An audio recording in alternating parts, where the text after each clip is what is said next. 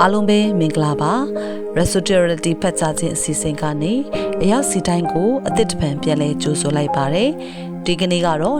2026ခုနှစ်ဧပြီလ29ရက်နေ့တနင်္လာနေ့ဖြစ်ပါတယ်ဒီကနေ့ခွန်အားရွံရွေးချယ်ထားတဲ့ခေါင်းစဉ်ကတော့တကူတော်အုပ်ဆိုးခြင်းအာနာတော်နဲ့အစွမ်းခွန်အားရွေးချယ်ထားတဲ့တမန်ကျမ်းပိုက်ကတော့အေဖက်ခန်းကြီး6ခန်းငယ်30ကျွင်းသေးသောစကားဟူမူကားညီအကိုတို့သခင်ဖျားအားဖြင့်၎င်းတကူတော်အရှိန်အားဖြင့်၎င်းခိုင်ခန့်ခြင်းရှိကြလောခရစ်တော်၌ရှိသောသင်အသက်တာတွင်ကြောက်ရွံ့ခြင်းသည်နေရာမရှိပါကြောက်ရွံ့တုန်လှုပ်မှုဆိုင်ရာမှတ်တမ်းဟောင်းများကိုအပြီးတိုင်ဖျက်ဆီးပြရပါမည်ဖျားသခင်သည်သင်ကိုကြောက်ရွံ့တတ်သောစိတ်ဖြစ်တော်၎င်းလူသားတို့၏ကန့်သက်ချက်များအောက်၌တော်၎င်းအသက်ရှင်ရန်ခေါ်ယူခဲ့ခြင်းမဟုတ်ပါကိုတော်သည်သင်အားတကိုးအစိုးရခြင်းနှင့်ခွန်အားတို့ဖြင့်ပြည့်စုံသောအသက်တာကိုပေးသနာတော်မူခဲ့သည်ထို့ကြောင့်တမန်တော်ရှင်ပေါလုကဝိညာဉ်တော်အားဖြင့်သခင်ဖျားအားဖြင့်၎င်းတကိုးတော်အရှင်အားဖြင့်၎င်းခိုင်ခန့်ခြင်းရှိကြလောဟုမိန့်ဆိုခြင်းဖြစ်ပါသည်ထို့နောက်နှစ်တိခန်းကြီး1ခန်းငယ်9တွင်ဖျားသခင်သည်ငါတို့အားကြောက်တတ်သောစိတ်ကိုပေးသနာတော်မူသည်မဟုတ်တကိုးပါသောစိတ်ချစ်တတ်သောစိတ်ရှင်းလင်းသောစွမ်းဆောင်ရည်ရှိသောစိတ်တော်ကိုပေးတော်မူ၏ဟုဆိုထားပါသည်ဤရာ၌သင်သည်မြည်သူဖြစ်သည်ဆိုသည်နှင့်ခရစ်တော်၌သင်သည်မြည်သည့်အရာကိုပိုင်ဆိုင်ထားသည်ကိုဖျားသခင်၏နှုတ်ကပတ်တော်ကဖော်ပြနေခြင်းဖြစ်ပါသည်သင်သည်တကူနှင့်ပြည့်စုံသူ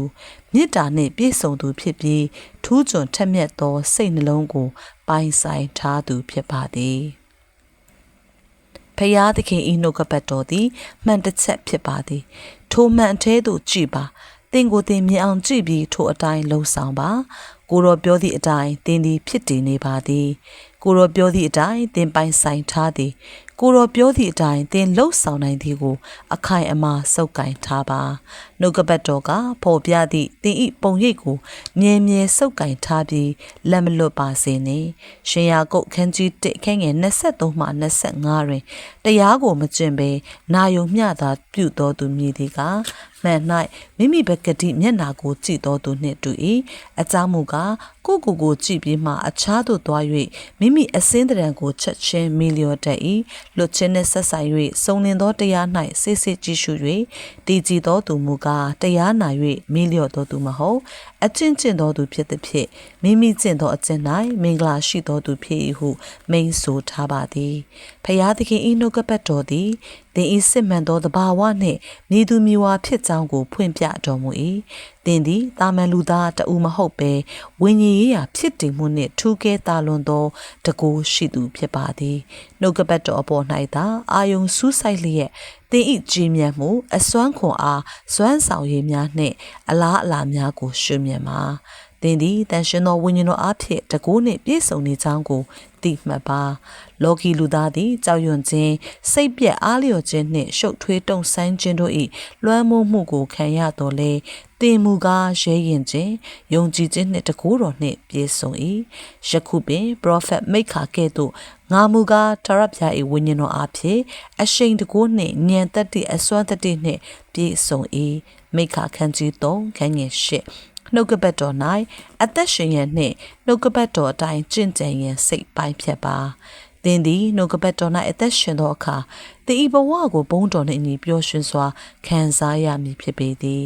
သင်သည်အခြေအနေအရရက်နှင့်ဤလောက၏အရာခတ်သိမ်းတို့ကိုအစိုးရသူဖြစ်ပြီးအစဉ်အမြဲအောင်ပွဲခံနေသူလည်းဖြစ်ပါသည်ဟာလေလုယာ